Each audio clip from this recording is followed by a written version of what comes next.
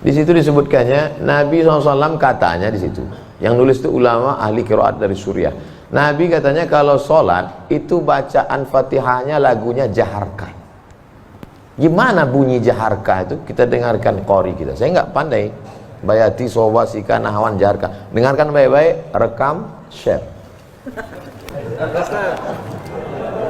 Kasih.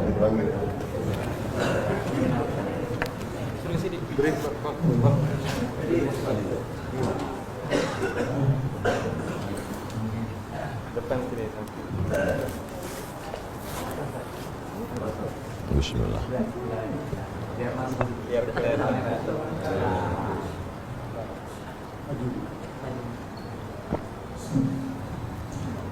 أعوذ بالله من الشيطان الرجيم. بسم الله الرحمن الرحيم. الحمد لله رب العالمين. الرحمن الرحيم. مالك يوم الدين. إياك نعبد وإياك نستعين. اهدنا الصراط المستقيم. صراط الذين أنعمت عليهم غير المغضوب عليهم ولا الضالين.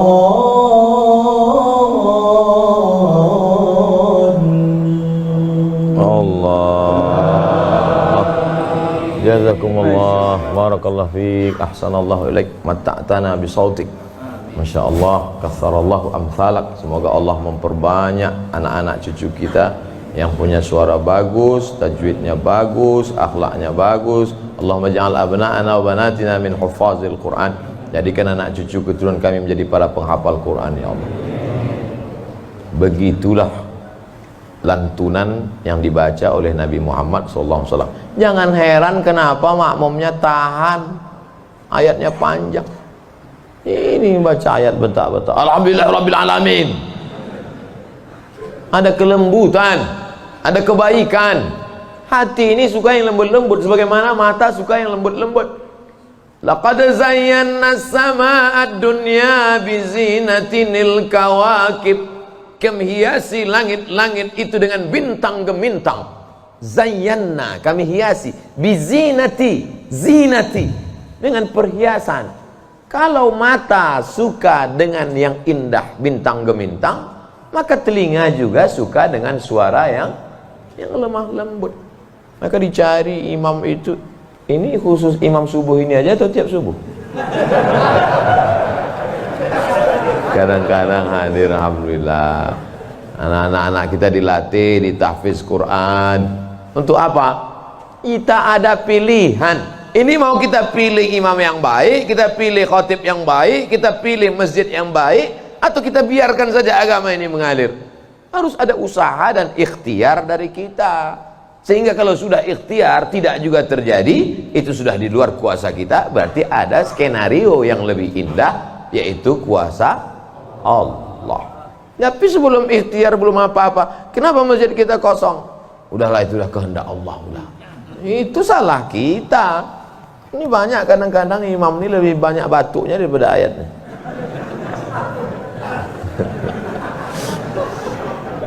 Tapi nggak bisa kita salahkan imamnya. Kenapa nggak diganti imam yang lain? Kenapa itu dari dulu yang maju? Pak Ustadz, kalau nggak ada bapak itu, nggak ada sholat berjamaah di masjid ini. Dialah yang dari dulu. Sejak bapak kita dia jadi imam sampai ke kita. Bukan berarti dia nggak mau digantikan. Memang nggak ada yang siap menggantikan. Mau jadi pejabat banyak yang siap. Belum mati pejabat aslinya disantet. Banyak yang siap menggantikan. Menjadi pengusaha-pengusaha, bisnismen banyak yang menggantikan. Deputi-deputi siap menduduki. Tapi innallaha la yaqbidul ilma intiza'an. Allah kalau mencabut ilmu itu tidak mencabut seperti pohon kayu yang dicabut dengan akarnya, tidak. Bagaimana Allah mencabut ilmu? Biqabdil ulama. Ketika ulama dicabut, Maka meninggal dunia ulama, habis. Sampai saya di Mesir silaturahim ke rumah Profesor Dr. Mahmud Said Mamduh. Kitabnya saya lihat 1 meter. Buku saya yang selama ini saya ceramah, itu dalam buku saya 37 masalah populer 444 halaman. Saya udah merasa besar, saya tengok bukunya 1 meter. Terasa saya sebesar kutil. Ana minen Abdul Somad. Dari mana? Min Indonesia. Ta'arif Syekh Jundan katanya. Jundan. Saya perasaan nggak pernah Jundan. Rupanya yang dia maksud adalah Habib Jindan. Kakeknya Habib Novel bin Jindan. Musnid kata dia. Musnid artinya sanad dia banyak, ahli sanad, kitab-kitab sanad, sanad mazhab Syafi'i, sanad aqidah Asy'ari, sanad sampai kepada ulama Syafi'iyah. Kalau ente nanti ke Jakarta cari perpustakaannya, banyak kitab-kitab dia, banyak manuskrip, buku-buku tulisan tangannya. Setelah beliau meninggal dunia, hilang setengah sanad yang tidak diturunkan. Karena mereka dulu memberikan sanad itu bukan asal sembarangan. Dia lihat bagaimana akhlaknya, baca kitabnya, tawaduknya, jauh daripada sum'ah, jauh daripada riya. Bukan sekedar mengumpulkan ijazah, ketemu nih ijazah. Laisal ilmu bikathratir riwayah. Orang banyak ilmu itu bukan yang banyak meriwayatkan haddatsana fulan wa qala fulan haddatsani fulan akhbarani fulan, bukan.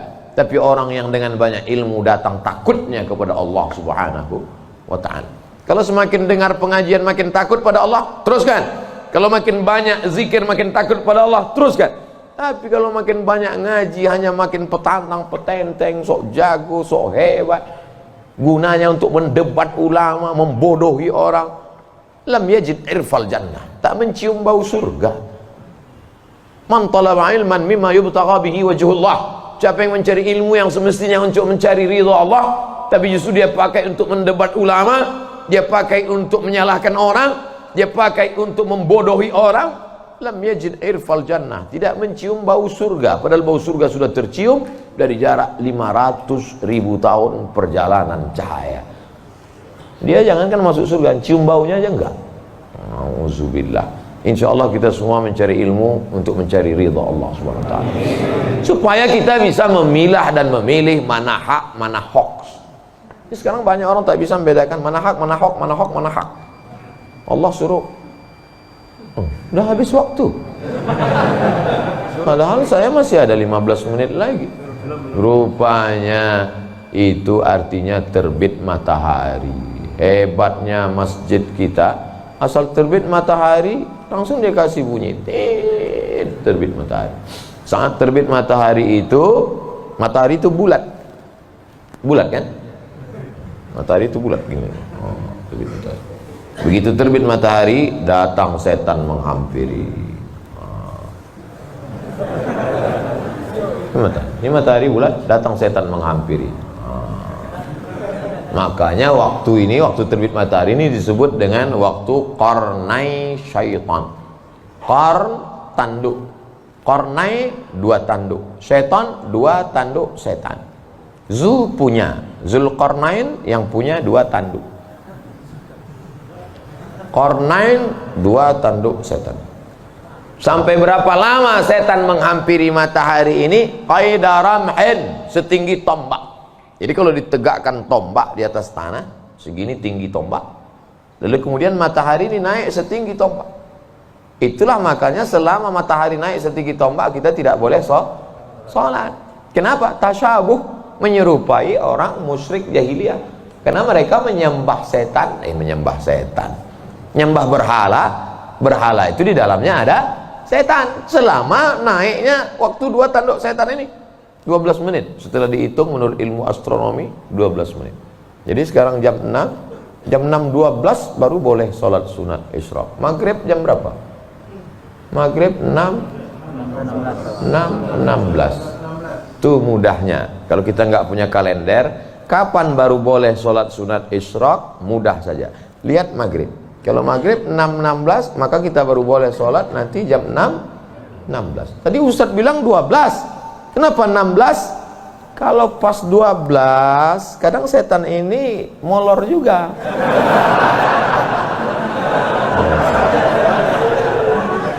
Dia enggak pas jam 12 itu langsung cabut, enggak. Bisa jadi dia nongkrong-nongkrong dulu, ngopi-ngopi dulu aja. Itu maka dilewatkan, digenapkan, jadi kadang makanya Ustadz kadang sebenarnya waktu 2 tanda setan ini 12. Tapi supaya mudah ngingat atau lebih ihtiyat, lebih hati-hati, maka kita genapkan jadi 15. Itu maka 6-16. Semua ada dalilnya. Lewat 6-16 baru sholat sunat. Usolli sunnatal isyraqah raka'ataini lillahi ta'ala. Tapi kata guru saya sholat duha Pak Ustadz.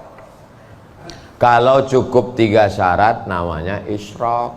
Kalau nggak cukup 3 syarat namanya duha. 3 syarat itu apa? Sholat subuh berjamaah.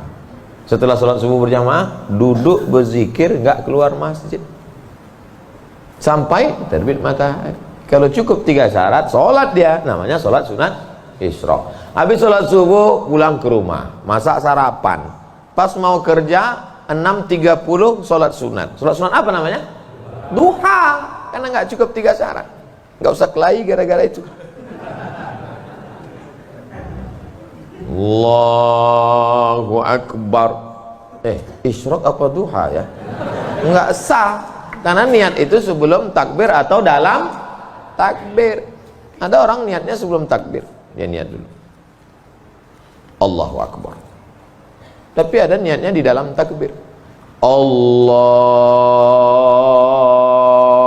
Akbar.